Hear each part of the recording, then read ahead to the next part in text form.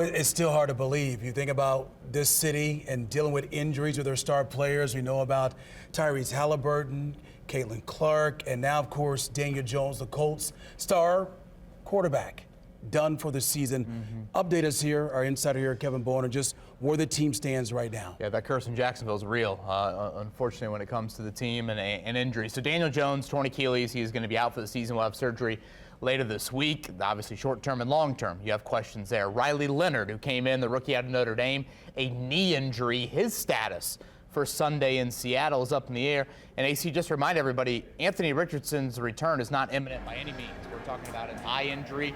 And, you know, this is not just a football injury for Anthony Richardson. It is a human injury. I mean, you need full vision back in that eye. So I do not expect him to play potentially at all the rest of the season. So as we sit here right now on Monday night, good luck predicting the Colts quarterback. I assume it'll be Leonard gutting it out, but still, I can't say that for certain. As we look at some of this video here with this just devastating scene here from yesterday that we captured here on Wish TV, let's talk about the future here with Daniel Jones. So what does it mean for him? Because there's a guy that the Colts were trying, there's been talks about even trying to work a new deal for him as well as he played this season. But now we're dealing with an injury that could take, 9 months to be able to come back from.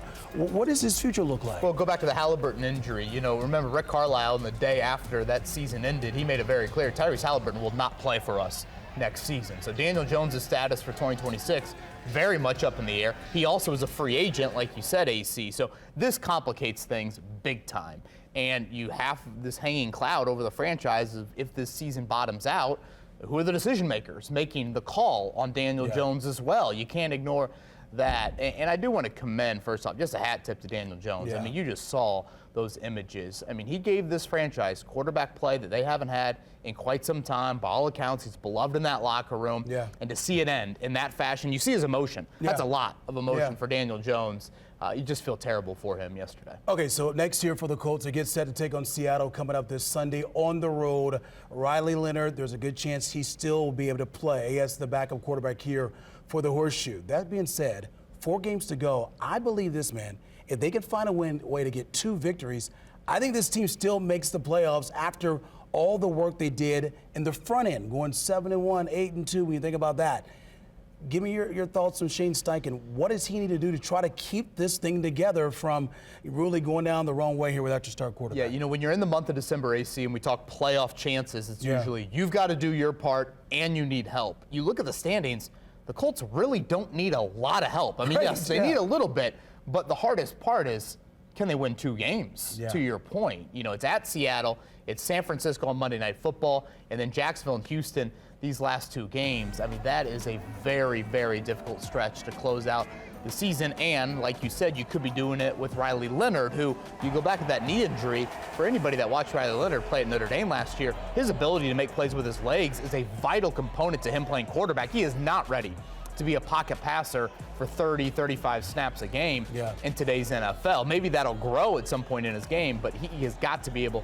to make some things happen with his legs. So for Shane Steichen and company, Jonathan Taylor's got to get back to being Jonathan Taylor in the run game, and your defense cannot lay the massive egg that it laid yesterday in Jacksonville. Yeah, and I think you made a good point, because this Colts defense, they've been good throughout times this season.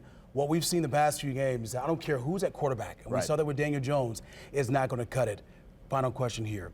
If you're giving a message to Shane Steichen tonight with this young quarterback, what is your message? Well, I think for Riley Leonard, can you cater to some of that Notre Dame playbook that he had? You know, last year, it might not have been the prettiest, but Riley Leonard running the football was very effective. And remember, that was kind of the thought with Anthony Richardson. So if Riley Leonard's healthy, can you find that with him and Jonathan Taylor? Does it provide a spark to Jonathan Taylor in the rushing attack, which, you know, hasn't been as great as it was earlier in the season? Try to keep it simple in the passing game around him. Try to manage it as best as possible. But you're talking about a rookie quarterback who's banged up, going into one of the most hostile environments in the NFL, and the Seattle Seahawks are a 10-win football team. It is quite the daunting task facing him on Sunday. All right, they called Shane Steichen the Whisperer when he was out there at the Eagles.